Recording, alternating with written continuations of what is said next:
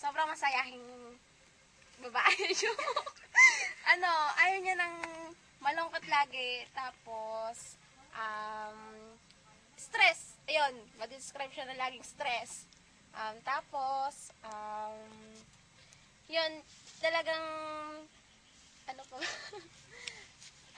sobrang, lalo na sa aming mga magkakaibigan, sobrang close na close talaga, talagang, kahit nga sinong tao naman, talagang mapapalapit sa kanya, tapos,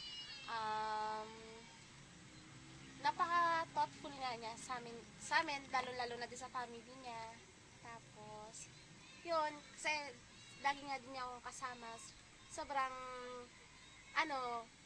sobrang miss na namin siya, tapos, yun. Yun lang. Kayo ba? Yung si Bes, nako, napakasalaw niya. Naalala ko minsan nung pumunta sa tindahan.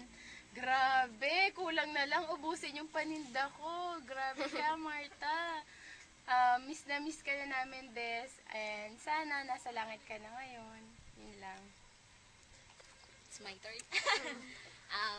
Si Bakla, ayaw niya talaga tatawagin siyang Bakla. Ay, kasi ayaw niya talaga. Pero dahil kami makukulit, nasanay na siya kung sa tawag na Bakla. At ayun nga, napakasipag niya pagkadalan sa trabaho. Gusto niya umabsent. Para lang pero hindi niya ginagawa yun. Nakakamiss siya kasi lalo na yung araw-araw kong pagtawag sa kanya, siya yung aking callmate. Talagang kahit anong oras, pagka anlikol ako, siya yung tinatawagan ko. So, ayun, nakakamiss lang talaga. Pero, ayun, alam ko happy na siya. We miss you, Marta!